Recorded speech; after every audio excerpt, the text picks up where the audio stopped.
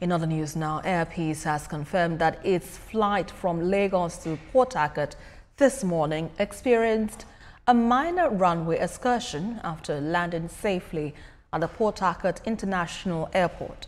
And according to the airline spokesman Osifo Whiskey Ife, the aircraft veered slightly off the runway without sustaining any damage. All passengers disembarked calmly and safely with no injuries reported. Air Peace reassures the flying public of its unwavering commitment to maintaining the highest safety standards across its operations. And for more on this, I'm being joined by our correspondent, Uche Okoro, to give us more updates on this. Uche, what more can you tell us about this incident, even though the operatives or authorities say everyone disembarked safely? Esther, you can see right now, I am right here at the parking lot of the Port Harcourt International Airport in Omagwa community here in Port Harcourt. From my observation, everywhere seems to be calm. Everywhere appears calm, as you may be able to observe in the background. Even though around this time is rush hour, where you begin to have the early arrivals and departures of the first evening flights. So this is normally the rush hour time of the airport, the peak traveling hours for passengers. So that's why you can see a lot of cars presently here, and a lot of passengers making their way in and out of the departure wing, which is just about a few departure and arrival wings, which both are just about a few steps behind me. Everywhere appears to be calm. It appears as though authorities have been able to restore order and have taken the airport back to normal operational activities. Everywhere appears to be calm as I speak to you. Passengers are going about their normal activities. So we're here still monitoring the situation and digging for more updates as regards the situation. But thankfully, FAN is saying that all 127 passengers successfully were evacuated from the aircraft, and there was no damage to the aircraft, as you mentioned. FAN is also saying that all passengers are alive, well, and accounted for. That incident appears to have been brought under control. For now, access is being restricted. Access to the tarmac is being restricted. But from where I stand, I would say that the airport operations have returned to normal.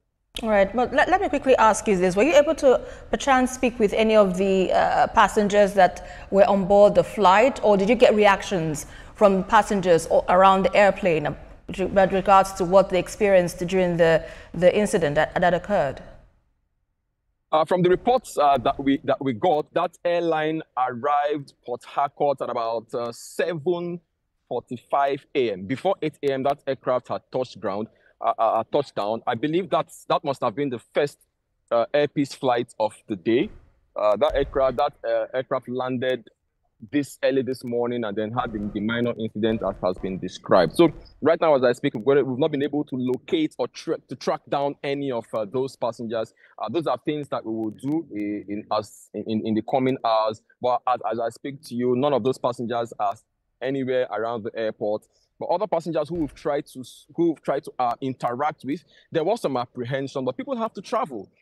So people still have to go about their business. It's a Monday tomorrow, remember. So Sundays are normally very jam-packed at the airport. Everybody is trying to go back to their destinations, go back to where their offices, meet up with appointments, go back to school. You have a lot of students, traveling, those on holidays and all of that.